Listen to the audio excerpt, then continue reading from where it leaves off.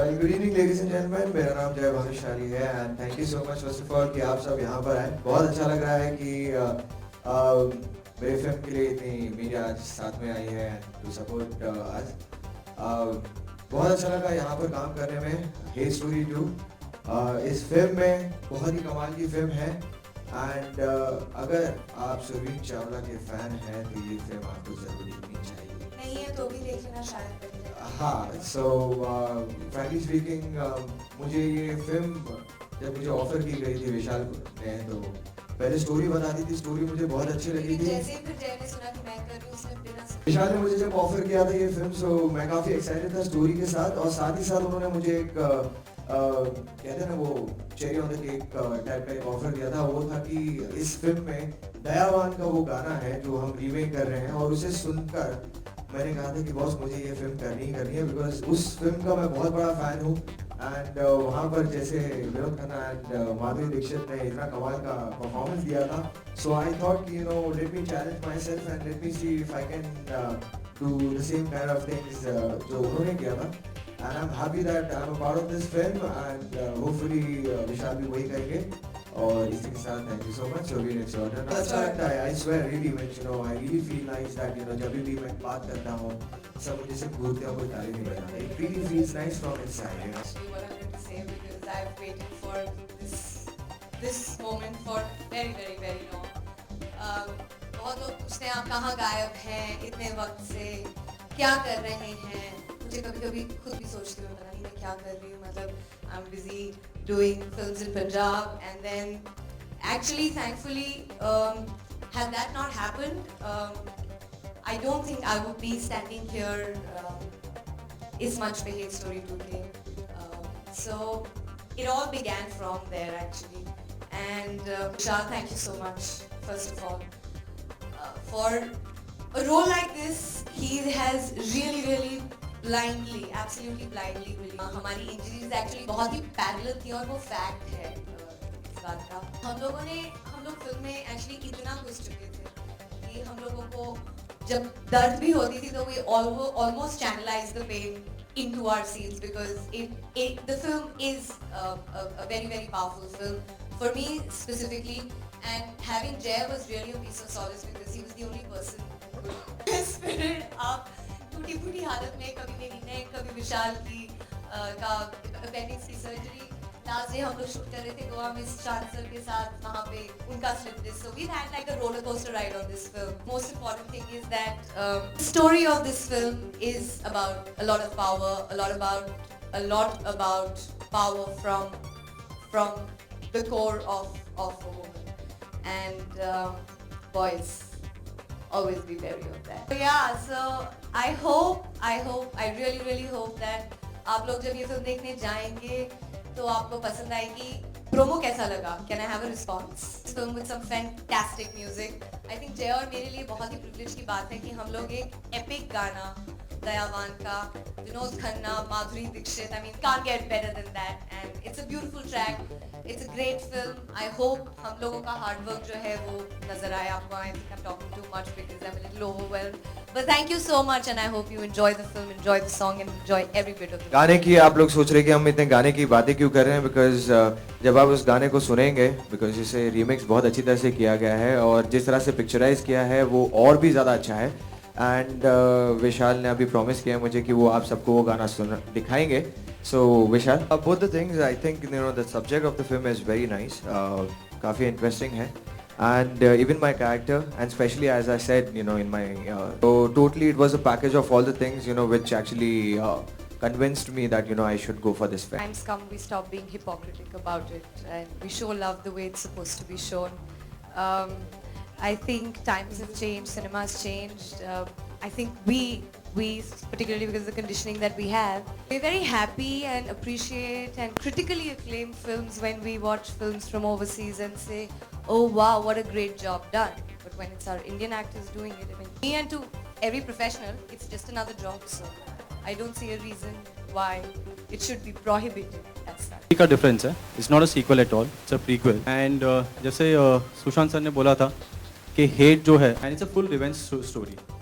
जो लड़की पे I would say today's women उन पे जो बीत रही है एंड जिस तरह से रिवेंज लेते हैं और I mean in the movie the way she is doing it, so सिर्फ यही दिखा था कि इसका टाइटल हेट ही बराबर जाता है। फिल्म की कहानी I think also for an actor, female actor, आज की तारीख में ऐसा रोल मिलना वेयर एक चीज़ होती है कि आप एक फिल्म का हिस्सा हैं, बट एक पूरी फिल्म अपने शोल्डर्स पर लेना आई मीन एक बहुत बड़ी रिस्पॉन्सिबिलिटी है। तो मैं कहूँगी कि it was an opportunity for me, so I didn't want to run away from it, and when I was offered, I think विशाल ने बहुत बिलीव दिखाया, and मेरे co-actors इतने कमाल के हैं, जो कास्ट के बारे में जब मैंने सुना, that was another very big reason for me, because the film is not, it's not one person's film. I can't even say it's my film. Everybody makes a film from the team, the unit, the music, the production, the director, the DOP. So I think it's a great team effort, and thank you so much guys for reason मानते हैं वो actually आपको director से सुनना चाहिए, क्योंकि उन्होंने मुझे कास्ट किया था। मुझे actually if I am not wrong, जो मुझे लगता है, जो विशाल ने मुझे I think dance in dance में शायद देखा होगा, और वहाँ से उन्होंने मुझे स्पॉट किया और उन्हें लगा कि शायद मैं इस कैरेक्टर के लिए एकदम परफेक्ट हूँ, और ताकि he was so convince with me that उन्होंने मुझे कोई टेस्ट लेने के लिए कुछ नहीं कहा। उन्होंने सीधा कहा कि ये लीजिए स्क्रिप्ट और मुझे बताइए कि क्या आप करना चाहेंगे, एंड मुझे स्क्रिप्ट अच्छी लगी और मैंने कहा चलो करते हैं। I'm not sure how many have seen the first part in the first place, but all I can promise is that it gets bigger and better. The love, the sensuousness, I think that attracts most of us, doesn't it? The vengeance, the revenge, the hate, the music, it's a very powerful film. I hadn't seen the promo myself actually, so not to be biased, but I was getting goosebumps myself, thinking of how we shot and how the script had actually developed while we were shooting. So I hope the audience can actually go through the same journey as us. I think I will have to give a lot of credit when I said yes to the film. Probably personally, individually, maybe I took it up as a challenge for me to become far more comfortable with my own sexuality and my sensuality. In my head, it was a personal journey for me, and for me, my professional and my personal journeys sort of work parallelly, and I think it works best. That's my ideology in life. So it was more of a challenge to really get comfortable with myself and to break any blocks that did exist as an actor. And I hope I have broken. I don't know. I have broken a lot of them. And I'm very comfortable kissing your type. I don't understand that at all. And I think that happens more or less more so in Bollywood. We speak of अरे typecast तो नहीं हो जाएंगे, अरे stereotype नहीं हो जाएंगे, क्यों? एक बोल्ड फिल्म करने के बाद आपके अंदर एज एन एक्टर और कुछ नहीं है that nobody else can really dig out of you, or you don't have the capacity or the potential to explore yourself more, or somebody else having that belief. So I don't think the whole notion of stereotype exists and builds up in your own head rather than the others. And the more you let it build up, I'm not trying to be any sex quotient. I'm trying to be true to my character. I'm trying to be true to Sonika's character, which is she's a girl who's in a lot of pain, in a lot of mental and physical pain. So it's her outburst of emotion, of anger, of pain, of agony that comes out in the form of vengeance. And Shant to call the beating for it, didn't you? Yeah. So coming back to your question, I don't want to deviate. What is the meaning of sexuality? If you ask me today, I am most comfortable in my skin today. I'm extremely happy for who I am, what I am, and that to me is sexuality and sensuality, and not showing off skin. That I think is only a means to showcase and convey glamour, and nothing more than that. To me, it's absolutely non-substantial, and hence I don't give it that importance. जब ये गाना मुझे सुनाया गया था, I loved the song, and till the time we were not shooting, मुझे idea नहीं था कि we're going to be shooting it this way. And जैसे अचानक से रेगुलर शूटिंग डेज हो रहे थे, we were in Goa and we started this song. विशाल आके कहते हैं कि we are going to be shooting it this way. और आपका जो सवाल था कि what was the first thing which came in my mind?